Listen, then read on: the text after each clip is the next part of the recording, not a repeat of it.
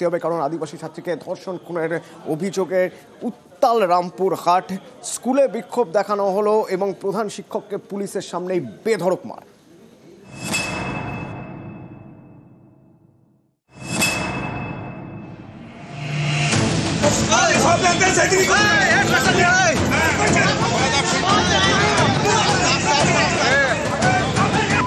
স্কুলে ঢুকছিলেন প্রধান শিক্ষক, তার পথ আটকে প্রথমে বচসা, এরপর শুরু বেধড়ক মার।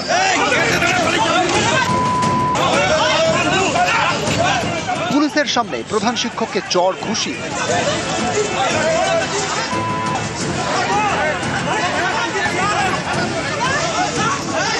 এ ছবি বীরভূমের রামপুরহাট স্কুলের। এই স্কুলেরই ক্লাস 7-এর ছাত্রীকে ঘরে আটকে রেখে ধর্ষণ খুনের অভিযোগ। দেহ টুকরো টুকরো করে ফেলে দেওয়া হয় খালে। ধর্ষণ খুনের অভিযোগে মঙ্গলবার গ্রেপ্তার করা হয় শিক্ষক মনোজ কুমার পালকে। এই ঘটনাতে বৃহস্পতিবার স্কুলের গেটে অভিভাবকদের বিক্ষোভ।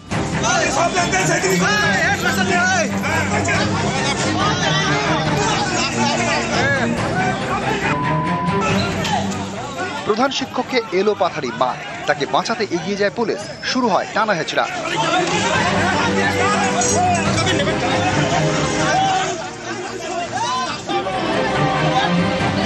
পুলিশের বিরুদ্ধে শুরু হয় বিক্ষোভ।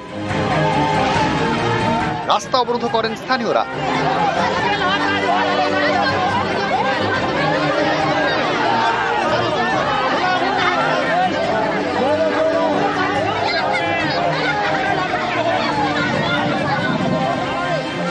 অভিভাবকদের বক্তব্য, ক্লাস 7-এর ছাত্রীটি 28শে অগস্ট থেকে নিখোঁজ ছিল। এ কথা জানানো হয় রামপুরহাট থানা এবং স্কুলে। সেই স্কুলেরই শিক্ষকের বিরুদ্ধে সন্দেহ প্রকাশ করা হয়। ওই শিক্ষককে 1 সেপ্টেম্বর আটক করে পুলিশ, কিন্তু জিজ্ঞাসাবাদ করে ছেড়ে দেয়। অভিভাবকদের দাবি, প্রধান শিক্ষক কোনো সহযোগিতাই করেননি। করলে অনেক আগেই শিক্ষক মনোজ কুমার পালকে গ্রেপ্তার করা যেত। 20 দিন অপেক্ষা করতে হতো না। আমাদেরকে পরীক্ষা দিয়েছে, আমাদের কিনা আমরা জানি না, কিন্তু আমাদের মেয়ে হারিয়ে গেছে। আমরা চাই হাত পা পাইনি, শুধু মাথাটা পেয়েছি। আর সিবিআই তদন্ত যেন হয়। আমরা সিবিআই যাই লব, আমার সিবিআই এখন চাই আর ওনার ফাঁসি চাই।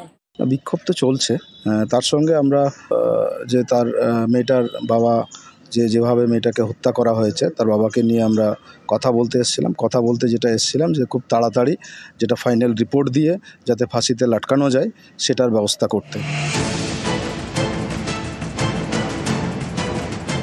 ছাত্রীর স্কুলের ফিজিক্সের শিক্ষক মনোজ কুমার পাল, বাড়ি পুরুলিয়ায়, রামপুরহাটে ভাড়া বাড়িতে থাকে। নিহত ছাত্রীর পরিবারের অভিযোগ, একাধিকবার শারীরিক সম্পর্কের প্রস্তাব দেয় শিক্ষক মনোজ পাল। একটু বড় হোক রাখবো, আর একটু বড় হোক রাখবো। বিয়ে করার প্রস্তাব দিয়েছিল।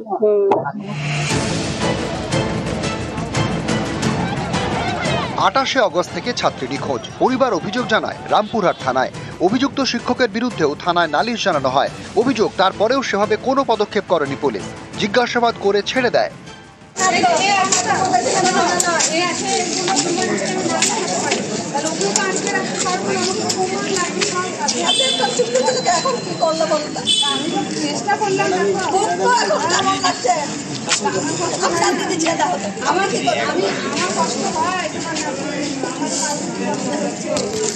আমি দিন নাই রাত নাই